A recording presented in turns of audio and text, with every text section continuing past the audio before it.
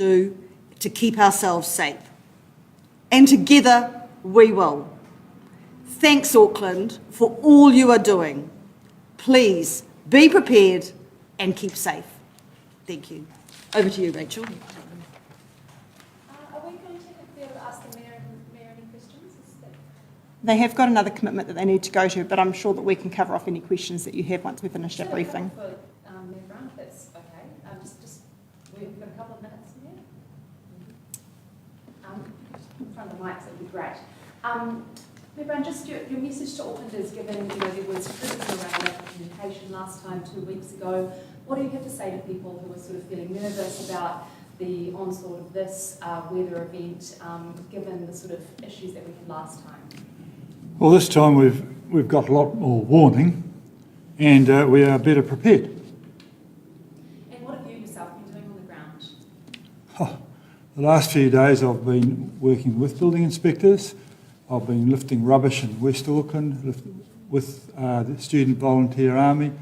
I've been lifting and packing rubbish with the Navy groups, and I've been also back in the office double checking everything.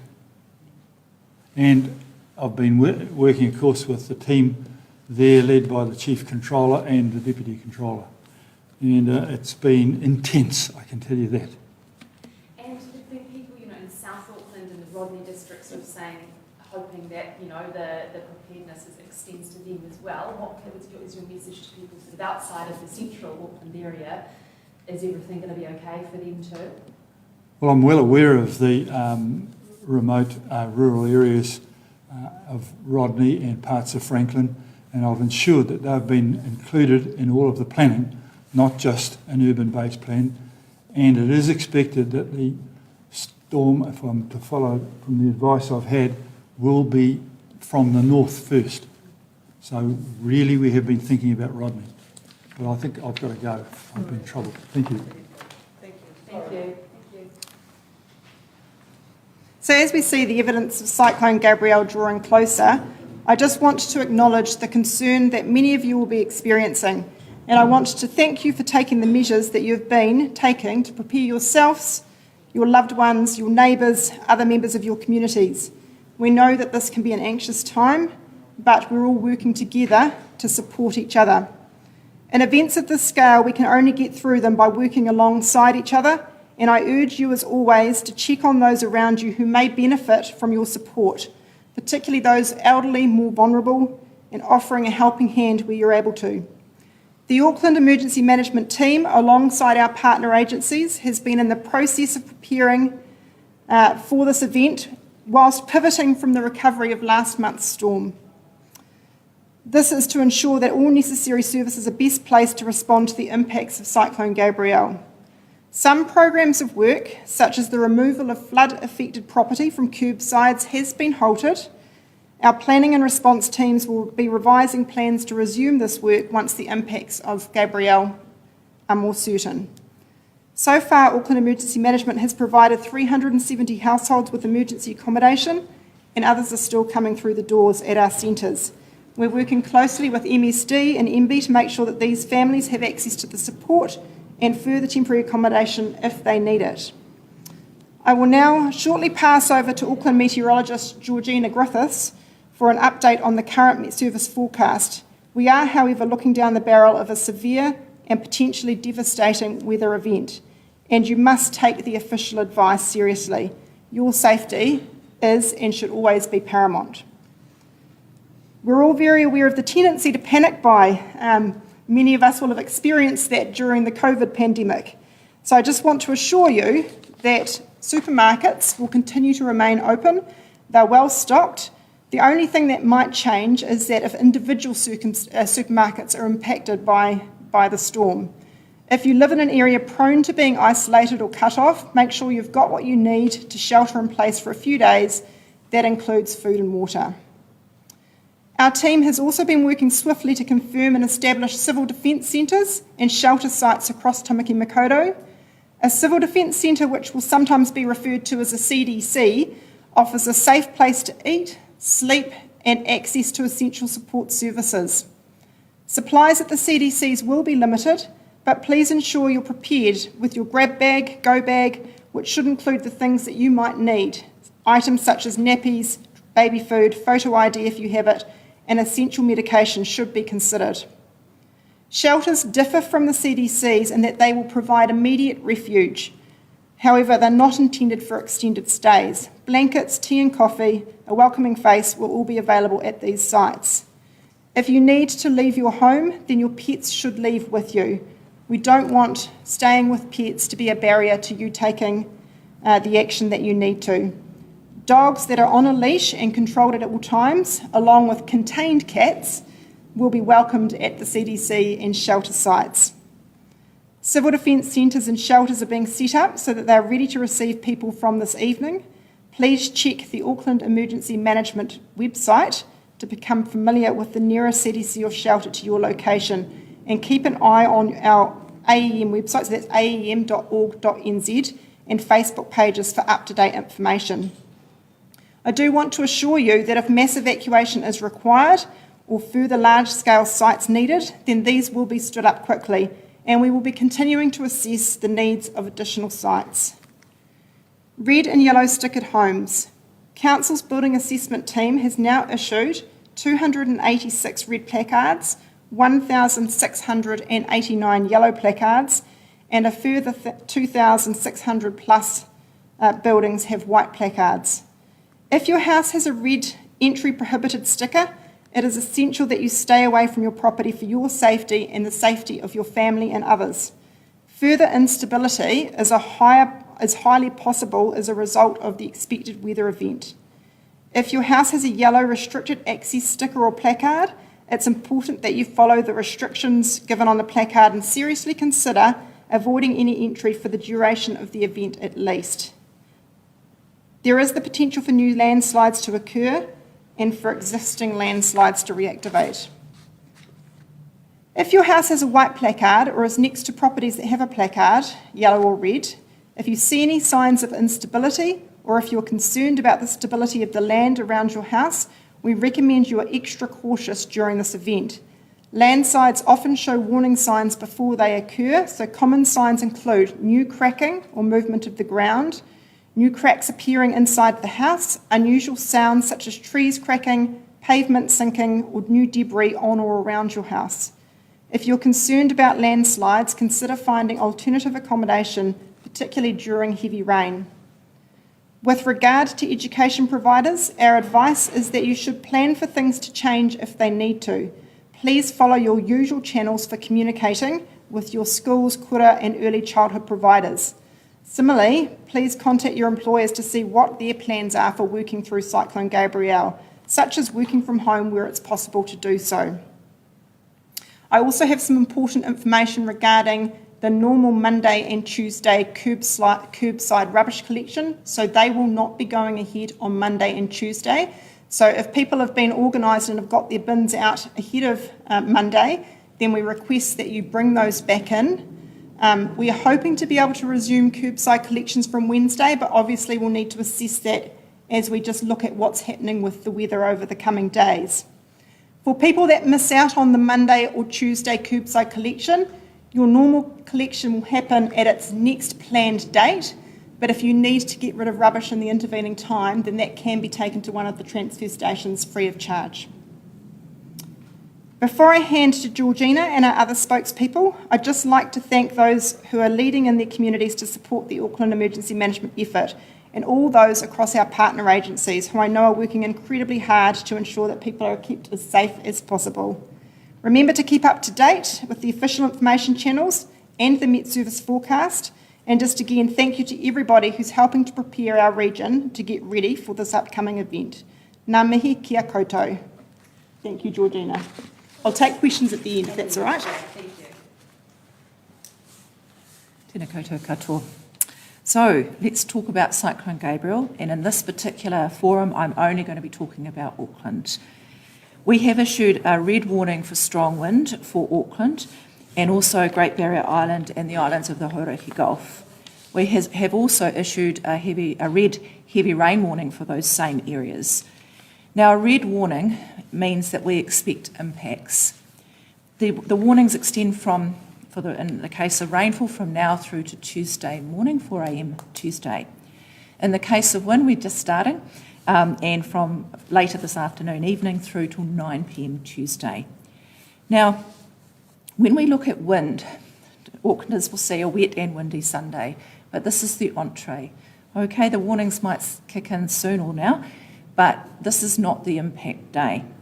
At this stage, we're forecasting significant rainfall accumulations on starting today but into Monday and Tuesday, 200 to 250 millimetres of rain all up for North Auckland, north of about Whangaproa, also Great Barrier Island. Now that's a significant number or total of rainfall for those areas. Elsewhere in Auckland, there's a range of what rainfall totals we expect, 150 to 250 millimetres of rain. But we don't expect impacts today. What we are looking for is Monday being a really significant day for rain, with the high intensity rainfalls possible, 25 to 40 millimetres in just 1 hour, and anywhere that gets those higher intensity deluge or downpour type events will see impacts. The red warning signals that we're vulnerable to rain, slips, flooding. So we expect impacts Auckland. The difference between now and Friday's event a couple of weeks ago is that I think the impacts will be more chunky parts of Auckland, not all of Auckland impacted, but we're actually not able to tell you where specifically at the current time. I'll talk more about positioning in a minute. So plan for flooding or slip impacts and just count yourself lucky if you don't see them. Other parts of Auckland almost certainly will. With regards to wind, we can already see Cyclone Gabrielle, which is a very deep low to the north of New Zealand right now. She's starting to show up on the radar. We're also starting to see significant severe gale gusts in Northland. So we're starting to see impacts in Northland now. I also just saw Great Barrier Island in the outer Hauriki Gulf, winds pick up to around that 120 to 130 kilometre an hour. So those stronger winds have not really started for Auckland. They peak tomorrow in the easterlies, and they favour the north and east of the mainland, also Great Barrier and the Hauriki Gulf Islands. But if you live in an area of Auckland that does not blow in easterlies, again, don't be fooled. We expect a pause as the cyclone goes very close to us late Monday night into early hours of Tuesday, and then severe southwest gales at some point on Tuesday. And almost everyone will get that significant southwesterly based on today's forecast, and that will be the kicker for many people. So if you live in the south and west of the region, you may not get the wind to the end of the forecast period, which is Tuesday. So just to recap, red warnings are not issued lightly. We expect the rain, slip and flooding impacts, and it will depend on where you live. What's your worst outcome? Is it rain or is it wind? On that note, Cyclone Gabrielle is currently forecast to come very close to Great Barrier Island, the outer Hauriki Gulf, around about midnight Monday into the early hours of Tuesday morning. If that plan plays out, we're going for the full trifecta of impacts Auckland. Expect a significant storm surge in the early hours of Tuesday morning. We have a high tide at 2 a.m. Tuesday and a storm surge of 0.5 metre if that outcome plays out. This would mean low-lying parts of Auckland, and you know who you are, Waiheke Island, Maraetai, around the Hunua coastline, also Kohimarama, Okahu Bay, parts of Tamaki Drive, would expect to see a coastal storm surge on that high tide in the early hours of Tuesday morning, 2 a.m. Now that we have lesser confidence on that storm surge, but we've got a bit of time. That's the last impact. We've got rain and wind first, and then that potential for storm surge. So all I urge Aucklanders is to keep up with Met Services forecasts and timings. Note that we expect you, individually, to see something, some sort of impact, whether it's the wind, whether it's the rain and flooding, or whether it's that storm surge. Don't be fooled if you're not affected until Tuesday. And just remember today's the good day. Okay, thank you. Thanks, Georgina. I'm now going to invite Vaughan McCurith from Fire and Emergency New Zealand just to talk about some of the preparedness work and key messages from their organisation. Thanks, Vaughan. Thanks, Rachel. Tēnā koutou katoa. Fire and Emergency is prepared for the impacts of Cyclone Gabrielle here in Auckland and also in our neighbouring regions.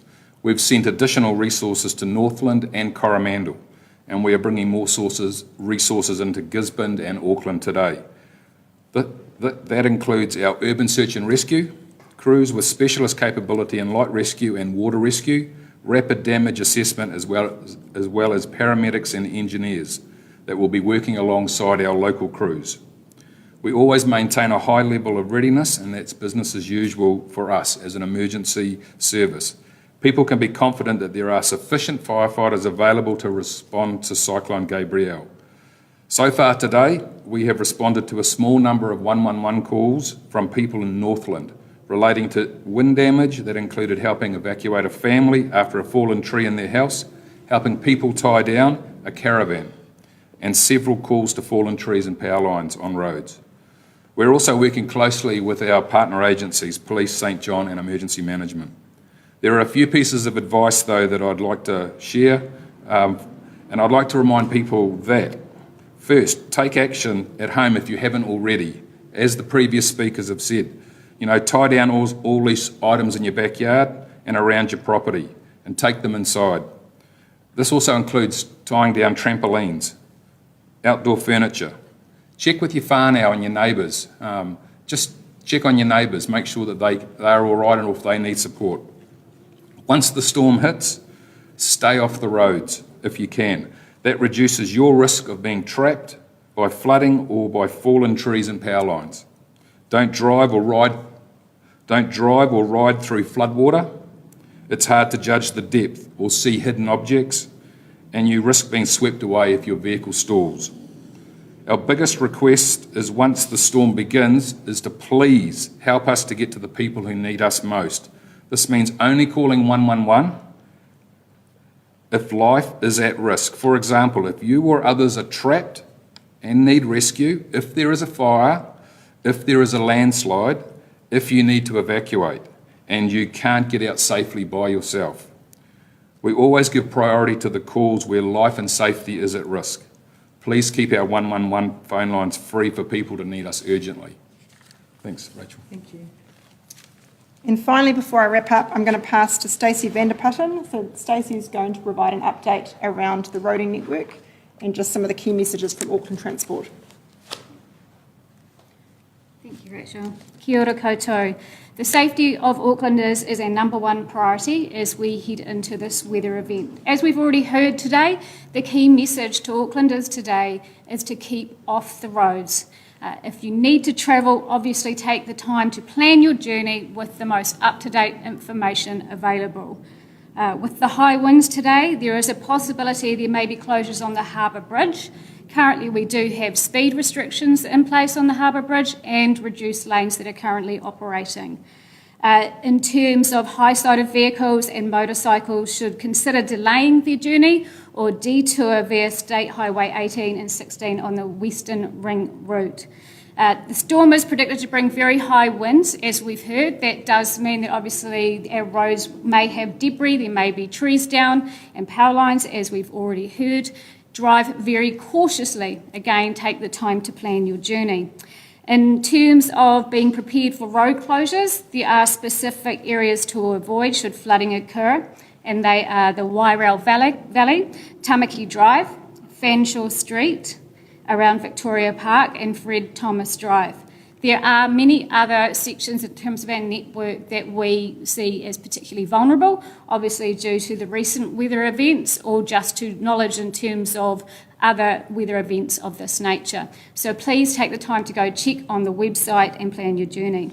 The Harbour Master has issued an alert to all boaties to check their vessels and address any issues in preparation for arrival of the cyclone. We're saying that obviously a lot of Aucklanders would have already had that message and taken the time to do so. If you haven't, please do so today with urgency. Our public transport network is continuing to operate, but changes to services and cancellations may be made to ensure our customers and our people remain safe. Depending on conditions, we will be making decisions based upon particular diversions that are already operating. Obviously, the wind has a key part to play here in terms of that, so we will be pausing our train services with our train operator, Auckland One Rail and Key Rail, and making those decisions as we need to. And same, of course, when it comes to ferry services, working with our operators to make decisions on whether it is safe to travel or not. Our goal with these things is to obviously try and keep public transport operating. Why? We know that there's a lot of essential services out there and employees out there that rely on public transport to get to where they need to be. But we do need to take a risk-based approach and make sure that we keep both our customers and our people safe as we continue to operate.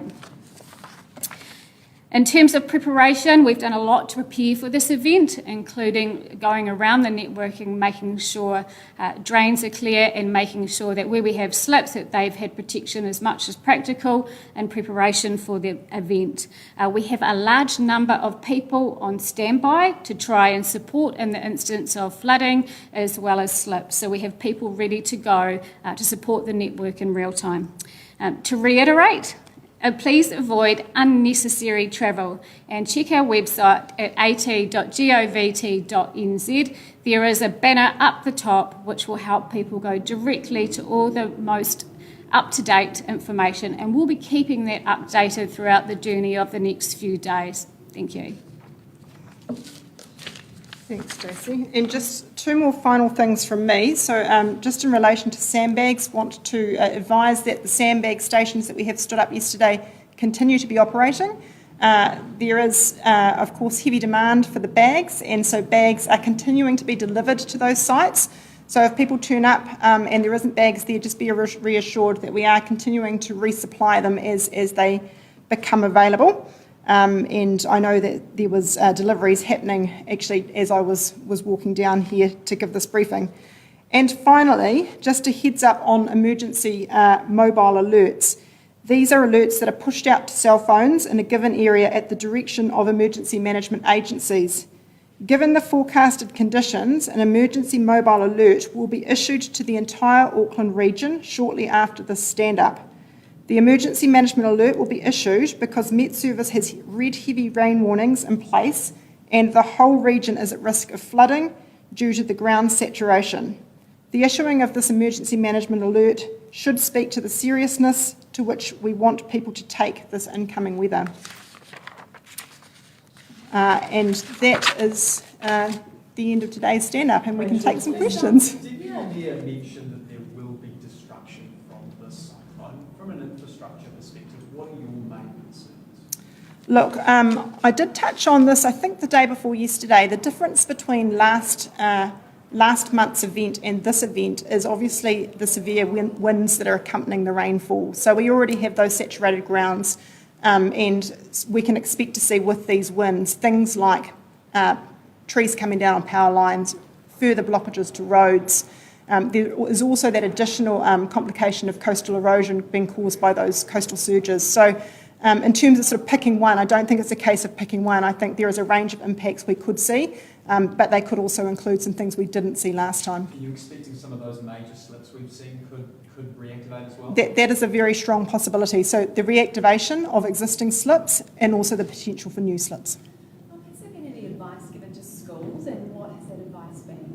Yes, so we've been working closely with the Ministry of Education, and our role is to provide them with information, so the information we hold about what we know in terms of the likely impact and severity of the event, and then they will work with their schools to provide the advice around how they should operate in these situations, and we understand that that's happening at the moment. So we just encourage people to connect in with the usual channels for schools around what their schools' arrangements will be.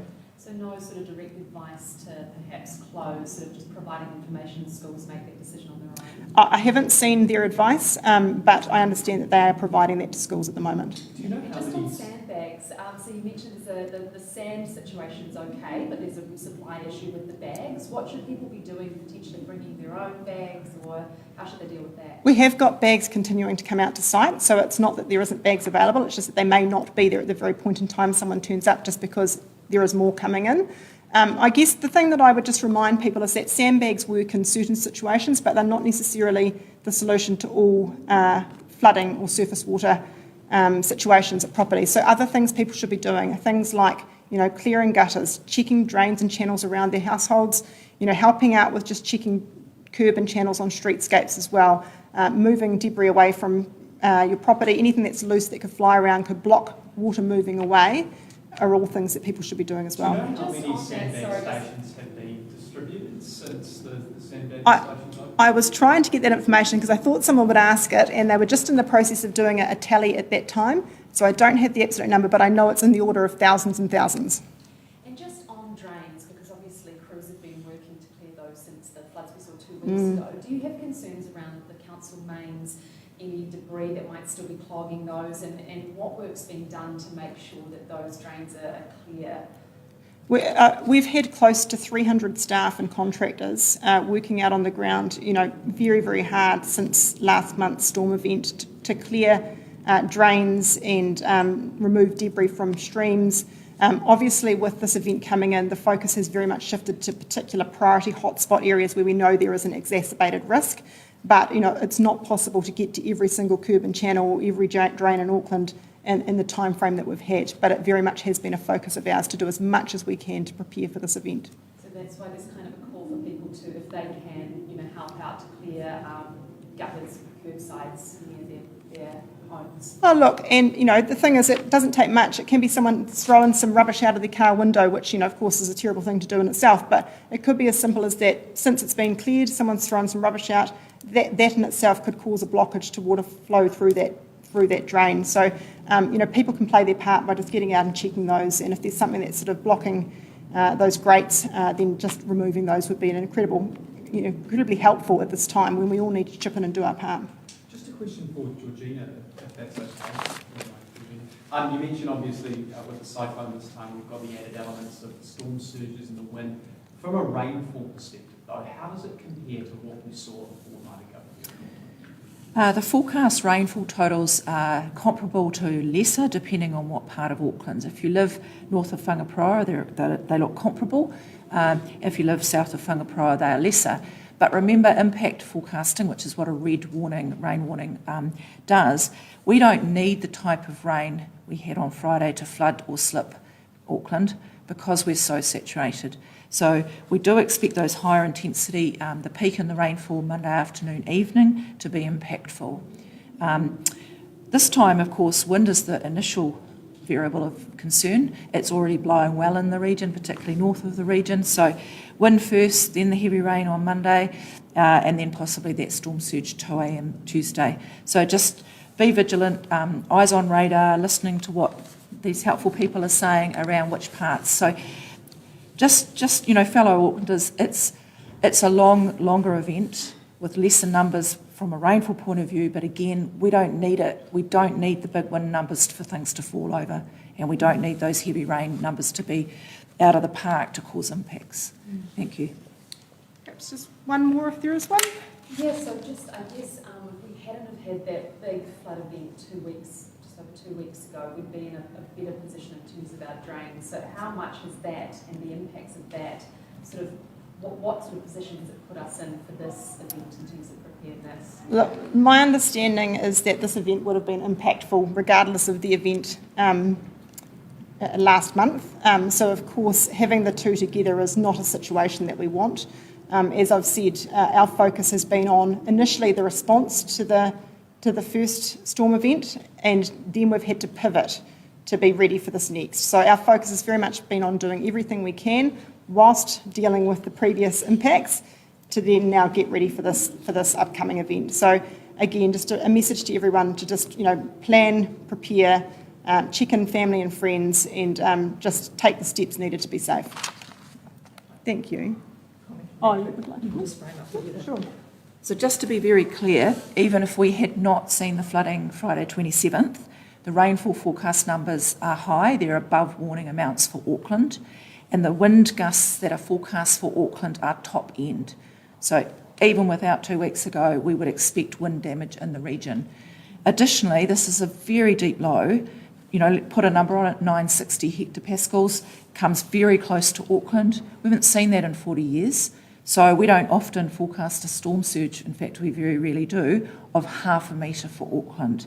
We're just lucky the tides are not overly large at the moment. So this is a serious and significant event, even without the previous one for Auckland.